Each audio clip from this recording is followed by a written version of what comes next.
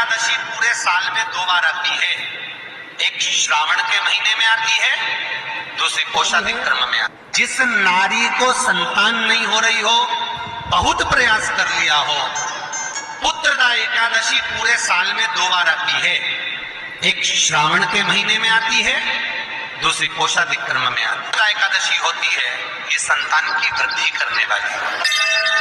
शंकर जी के मंदिर में जाकर, भगवान शिव के मंदिर में पूजन करके घी का 1 कटोरी में घी और 1 कटोरी में खीर शंकर के सामने रख देते हैं। भगवान शंकर के मंदिर पर चौखट पर घी का दिया लगा देते हैं। शंकर जी की चढ़ी हुई 1 बेलपत्र साथ में रखें और 1 बेलपत्र को उठाकर शंकर जी के मंदिर की चौखट पे ही बैठ कर चबा चबा कर खा लेते हैं। जो 1 बेलपत्र लेकर आए हैं वो अपने पति को खिला देते हैं। कहते हैं पुत्रदा एकादशी के दिन ये कर लेने पर संतान की प्राप्ति हो जाती है, पुत्र की प्राप्ति हो जाती है। एकादशी के दिन बन सके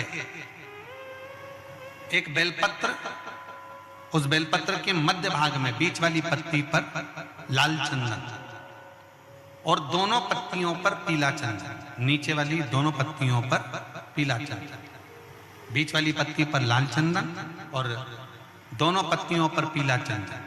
और इसी बेलपत्र के साथ में जो लाल चंदन वाला जो पत्ती है, उस पर एक श्वेत पुष्प, सफेद फूल रखकर आप अपनी कामना कर कर, जब आपको जल चढ़ाते चढ़ाते 3 महीना, 4 महीना, 5 महीना, 6 महीना आपके हो जाए और बाबा देव अधिदेव महादेव को जल चढ़ाते चढ़ाते समय बीत जाए, तब बाबा से अपने दिल की बात कहने के लिए लाल चंदन, सफेद पुष्प, पीला चंदन दोनों पत्तियों पर अपने हाथ में लेकर कामना कर कर अशोक सुंदरी वाली जगह पर जब हम उसको समर्पित कर, अशोक सुंदरी वाली जगह पर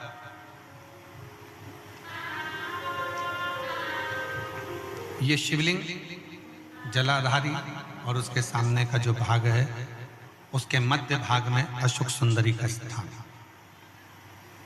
बस इसी स्थान पर बेलपत्र और श्वेत पुष्प,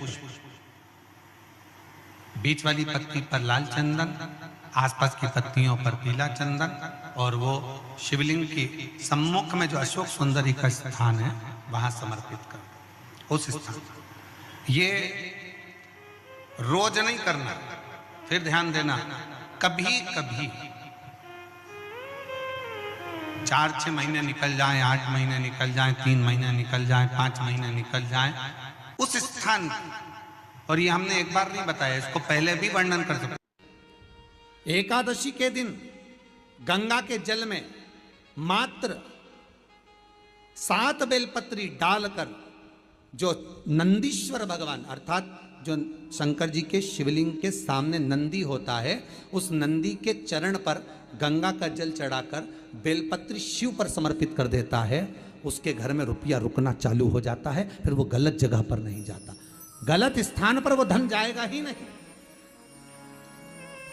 बेटा अगर व्यसन में पड़ा हुआ है, मदिरा पान में पड़ा हुआ है, मांसाहार में, जुए आदि में जा रहा है, तुम्हें लग रहा है कि मेरा बेटा गलत मार्ग पर जा रहा है, ये मित्र दोस्ती गलत हो रही है, वो सही जगह पर आ जाए। तो हो रही है 30,000 रुपये महीना, 40,000 रुपये महीना कमा कर लेकर भी आ रहा है, कमाई तो आपकी हो रही है। 30-40 हज़ार रुपये महीना आप कमा रहे हो, 50,000 रुपये महीना, 1 लाख, 2 लाख, 4 लाख रुपये आप कमा भी रहे हो, पर आया और चला गया, उसका क्या करोगे?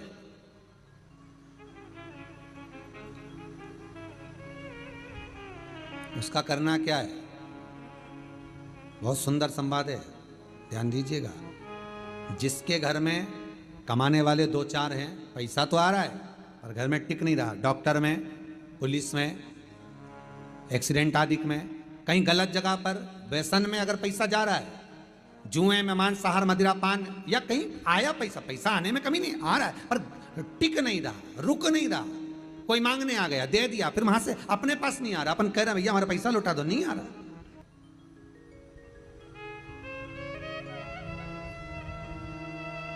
करना एकादशी, कई लोग इसको धन के लिए भी करते हैं, संपदा के लिए। संपदा के लिए अर्थात जिसका व्यापार नहीं चलता, जिसके घर में पैसा नहीं आता, या नौकरी नहीं लग रही, या सर्विस नहीं लग रही, आप अप्लाई कर रहे हो, जगह जगह जाकर इंटरव्यू भी दे रहे हो और पैसा नहीं आता, तो उसके लिए भी प्रयास किया जाता है। पर उसके लिए यहाँ पर जो धन के लिए करते हैं, उसके लिए विष्णुपदी के लिए करते हैं। मतलब जैसे गंगा के जल में तुलसी के 11 पत्ते डाले जाते हैं। कितने पत्ते डालते हैं?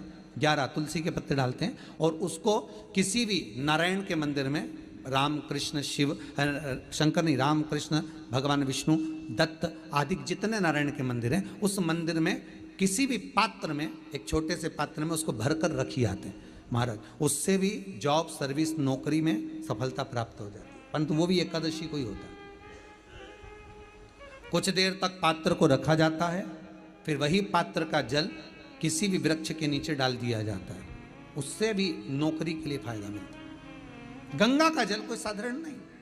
पैसा धन ज्यादा आने लगे तो पत्नी को कहना चाहिए कि देखो थोड़ा बहुत मेरा मन है, शिव महापुराण की कथा हो जाए, या फिर कहीं सत्कर्म में लग जाए, कहीं ब्राह्मण भोज, साधु भोज, सन्यासी भोज, गुरु जन में, संत जन में, साधु जन में, तपस्वी जन में कहीं लग जाए। ये धर्म पत्नी, जहां धर्म जुड़ा हुआ हो वो धर्म। महाराज कुछ तिथियां होती हैं, जिन तिथियों में अगर आप रोज गंगा का जल शंकर को नहीं चढ़ा सकते, तो शिव महापुराण कथा कहती है, स्कंद पुराण कहती है, विष्णु पुराण कहती है, गर्ग संहिता कहती है, गीता पुरुष गोरखपुर का कल्याण का गंगा अंक कहता है कि कुछ तिथियां भारत की भूमि पर ऐसी वर्णित है जिन तिथियों में भी गंगा का जल हम शिव को अगर एक बूंद भी समर्पित कर रहे हैं, गंगा का जल मात्र एक आधी चम्मच भी, आचमन जितना भी अगर हम शिव को समर्पित कर रहे हैं, तो उसका सुख आनंदित है। जैसे पंचमी तिथि, नवमी तिथि, दशमी तिथि, एकादशी, प्रदोष, पूर्णिमा, अमावस्या, ये तिथियां हमारे यहाँ जो दी गई हैं, इन तिथियों में अगर हम गंगा का मात्र थोड़ा सा जल भी अगर जल के पात्र में डालकर गंगा जी का जल थोड़ा सा भी शिव के पास लेकर जा रहे हैं, तो ये एक भाव अपने भीतर होना चाहिए कि आप केवल गंगा का जल साधारण शिव मंदिर में समर्पित नहीं कर रहे हो, आप गंगा का जल। एकादशी पूरे साल में 2 बार आती है, एक श्रावण के महीने में आती है, दूसरी कोषाधिक कर्म में आती है। जिस नारी को संतान नहीं हो रही हो, बहुत प्रयास कर लिया हो, पुत्रदा एकादशी पूरे साल में 2 बार आती है, एक श्रावण के महीने में आती है, दूसरी कोषाधिक कर्म में आती है। एकादशी होती है, ये संतान की वृद्धि करने वाली है।